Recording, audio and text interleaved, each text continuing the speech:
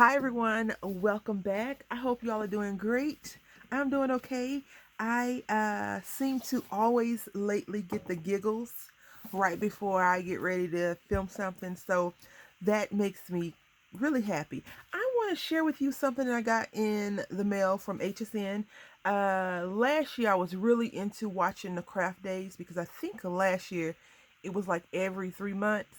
I'm not sure if they have it like that now. I can't keep up. It seems like it's once a month, and my bank account is not set up for once a month craft day or any craft anything. So anyway, I remember when I did the Crafter's Companion mini Gemini thing. So they had a sale, a special. You get this big giant box of craft stuff and you get the Gemini mini collectively. But they ran out, they sold out. I think that was today's special. So whenever, from my understanding, whenever HSN sells out a today's special, they go and they look in the closet and they find something else to kind of make it almost similar, if not better than today's special. So what they had then was they had the big purple box on auto ship, and then they had the Gemini Mini Solo. So you can buy the Gemini Mini Solo, but I think you had to buy the auto ship in order to get the deal or something like that. So I got the auto ship, and I don't use all of my stuff right away, as you probably know, and you probably don't use all your stuff right away unless you only have like 2 things, and you probably use that a lot. But I don't use all of my stuff right away. But this one I am going to be using. It's called Ocean Breeze. It is the Ultimate Crafting Compendium Ocean Breeze set. Now, I don't know how often these come. The mail is so crazy with HSN. Like, they'll take your money, because you're on auto ship, but you won't get anything, and then you'll get stuff. They're kind of weird. It comes in this purple box, of course, because it's Crafter's Companion. Then it has this little pull out thing, and then you get all this stuff. Now, I did a video before, but I didn't like the I didn't like the person recording the video, so I decided to do another one. And there's a little thing, so you can keep all of these and like stack them up and have little drawers. This box is really sturdy, really sturdy. Excuse the crinkling, but most of it's still in the plastic. And I'm just going to pull out, kind of pull it out in like a good order. So this is a little sketchbook. Now, I want to say Jackie from Lady J, I think she had purchased a crafting book, a card making book a couple of years ago. I want to say 2 years ago. She showed on her channel, maybe 2 or 3 years ago. And I went to Barnes and Nobles trying to look for that book, and it was like a sketchbook. I was like, never mind. And then I have some pens saved on my Pinterest. But anyway, it's nice to have something to go by that gives you information. So we're going to go through this. We're going to kind of go through this in some sort of detail, but it shows you everything that you need to use. It shows you all the stuff. And the good thing, I think the one thing I do like about Crafter's Campaign is that they are very whole when they show stuff. Like, they want you to buy everything from them. So they try to give you everything that they're using, like tape, scissors. It's all purple, right? But I love these sketches, or layouts as they're called them. Like, this could be a scrapbook layout, but it's really a card. See, it says 4x6 card base, and you can see it has the actual size. And I think if you go to crafterscompanion.com or even their YouTube channel, I pay for this with my own money, just so y'all know, they'll probably show you how to do all this step by step. I think a lot of people are trying to force you to go on the internet, which is a little bit annoying in my opinion, because I don't want to go on the internet and look for stuff. I prefer, like to have a hard copy, which this book is definitely a hard copy. Or you can go on the website, print it out, and then you have your hard copy. Because sometimes the internet's not always working. My internet is shaky sometimes. So anyway, these are all really cool, and I want to do every last one of them. So you get that, then you get this wheel, and I've noticed, I think I've gotten 2 boxes, maybe 3. I'm thinking 2 though. The other one I wasn't, this is nautical stuff, so of course. But you get a little wheel, and the wheel tells you how to work. So you start in the middle, from what I remember, and you pick your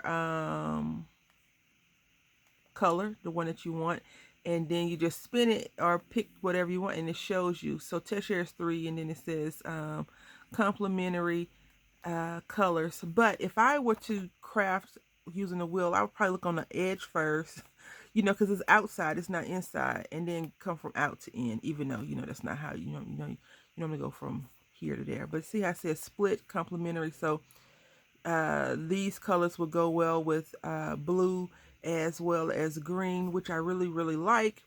And then even with the browns, you have the brown colors right here, or orange, red, but this is more browny. You can definitely tell it's brown.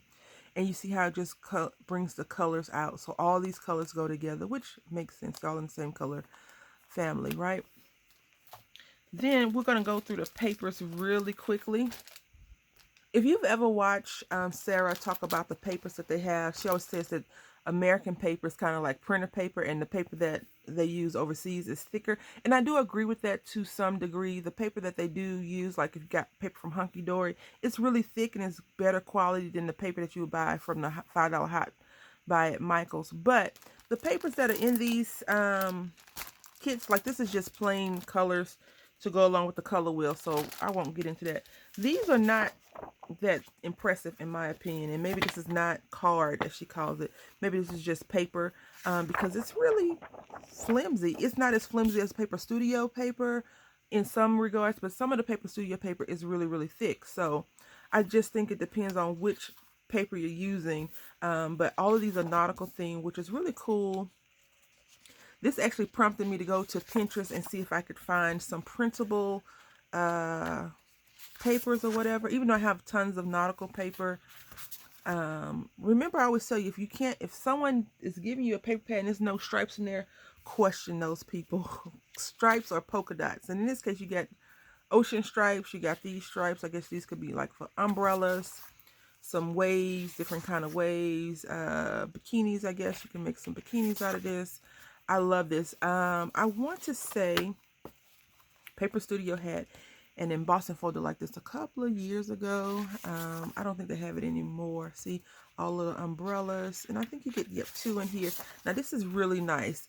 If you were a fussy cutting crazy person, which I am not, these would be really cute as little embellishments, like small embellishment pieces to go in there. Same with these sailboats.